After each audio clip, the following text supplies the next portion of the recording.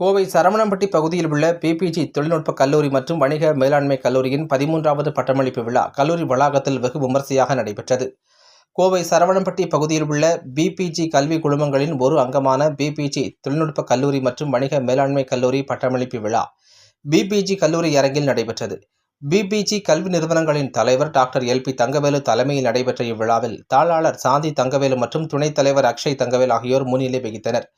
விழாவில் சிறப்பு விருந்தினராக விஐடி கல்வி நிறுவனங்களின் தலைவர் மற்றும் விஐடி பல்கலைக்கழகத்தின் வேந்தர் முனைவர் விஸ்வநாதன் மற்றும் கர்நாடகா மாநில முதன்மை செயலாளர் செல்வகுமார் ஆகியோர் கலந்து கொண்டு சிறப்புரையாற்றினர். முன்னதாக விழாவில் பேசிய மருத்துவர் தங்கவேலு, கல்லூரி படிப்பை முடித்துச் செல்லும் மாணவர்கள் தாங்கள் துறை சார்ந்த திறன்களை வளர்த்துக் கொள்ள வேண்டும் என குறிப்பிட்டார். தொடர்ந்து பேசிய கர்நாடகா முதன்மை செயலாளர் செல்வகுமார், கடின உழைப்பு, விடாமுயற்சி மட்டுமே ஒருவரை உயர்ந்த நிலைக்கு கொண்டு செல்ல முடியும் என தெரிவித்தார்.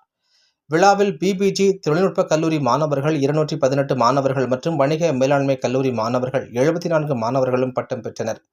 தொடர்ந்து அண்ணா பல்கலைக்கழக தரவரிசையில் இடம் பிடித்த மாணவர்களுக்கு தங்கப் பதக்கங்களை சிறப்பு விருந்தினர் முனைவர் விஸ்வநாதன் வழங்கினார்.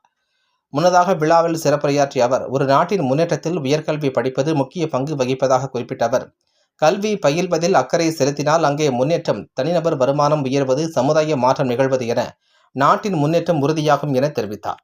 விழாவில் பிபிஜி கல்வி குழுமங்களின் செயல் இயக்குநர் கேப்டன் அமுதகுமார், பிபிஜி தொழில்நுட்ப கல்லூரி முதல்வர் முனைவர் நந்தகுமார், பிபிஜி வணிகப்பள்ளி இயக்குநர் முனைவர் வித்யா உட்பட துறை சார்ந்த தலைவர்கள், பேராசிரியர்கள், பெற்றோர்கள், மாணவ மாணவிகள் என பலர் கலந்து கொண்டனர் என்பது குறிப்பிடத்தக்கது.